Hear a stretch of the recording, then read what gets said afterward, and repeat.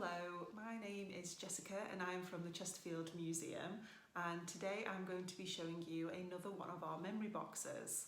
Today's memory box is called Our Working Life, and this recalls people's time at work and also has a look at some companies that are local to Chesterfield. Memories are really important because they help make us who we are, and with our collection of memory boxes that cover a wide range of topics, they can really help engage, support and share those special memories. So I'm going to show you a few items from the box and we can discuss some memories that they might evoke. This photo is of a group of nurses working at Walton Hospital in the 1960s. You might remember by the 1950s and the 1960s that the NHS was really established and growing, and the treatments were improving and better drugs were being developed. Nursing was quite different then, but in the same way it is now, it was still really demanding and involved working really long hours. Nurses did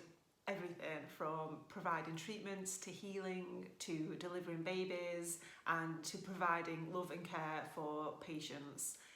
Nurses really are the backbone of the NHS in Chesterfield, as everywhere in the UK. Here in the photo you can see the very smart uniform that was worn by nurses in the 1960s. It included a dress, a pinafore and a cap, and there was also an outdoor cloak that was also provided to nurses. Can you remember nurses in the hospital wearing uniforms like this? And do you know anybody who has worked as a nurse or a midwife? The next items I'm going to show you from the memory box are these Staveley News magazines. Staveley News was a magazine from the Staveley Iron and Chemical Company in Chesterfield. The front cover would often be a photograph or some artwork that had been created by one of the Staveley Works employees. Inside the magazine, this was made up of not only articles about the goings-on of the company, but also the lives of the workers and social events. There is a sports section, an area for wedding announcements, and even Children's Corner with updates on the children of the employees. Local companies used to take a real interest in the lives of their workers, and this really helped to build a sense of community. Can you remember the Staveley Works? Did you have friends or family working in Staveley? And what about this magazine? Did you ever have your photo in one?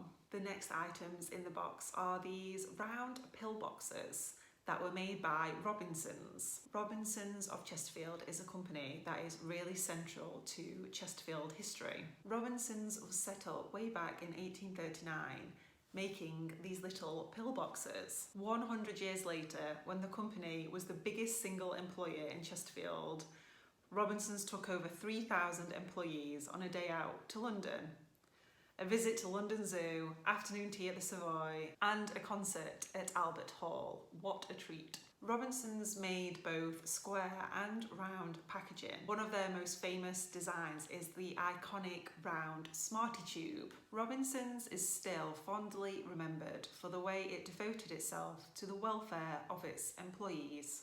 Robinsons had regular management and employee meetings, paid holidays, housing and pension schemes, and subsidised meals long before it was required or recommended by law. A lot of people in Chesterfield have a connection to Robinsons.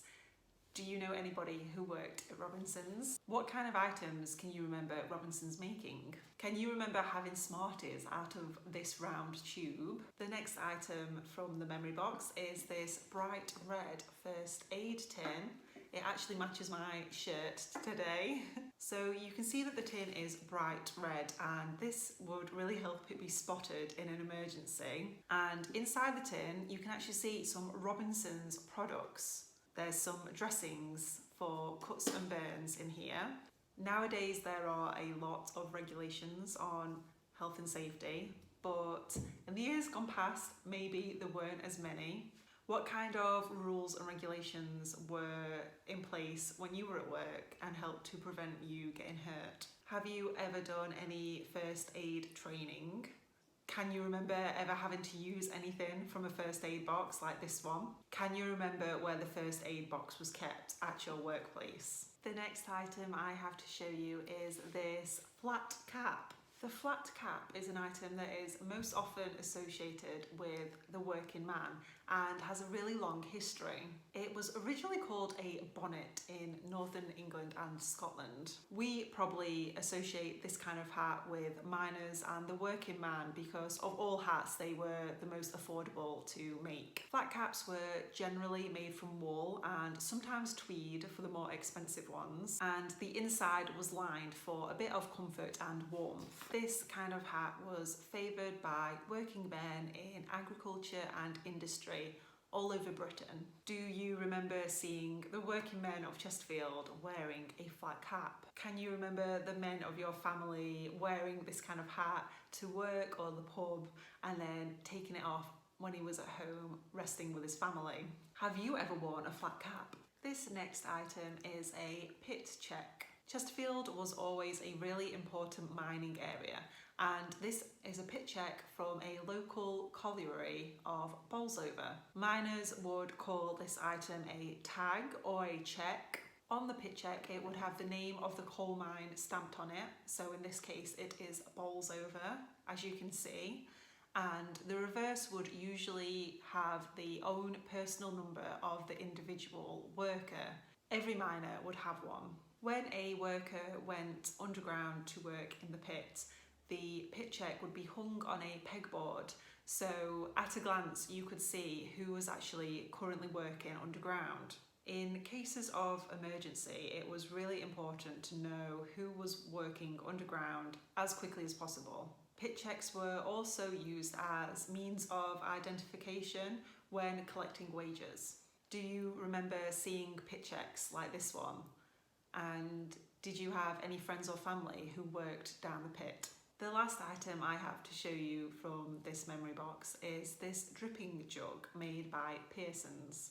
There was a time when a jar of dripping sat on every stove top. Dripping is the fat that has melted and dripped from roasting meat and then collected.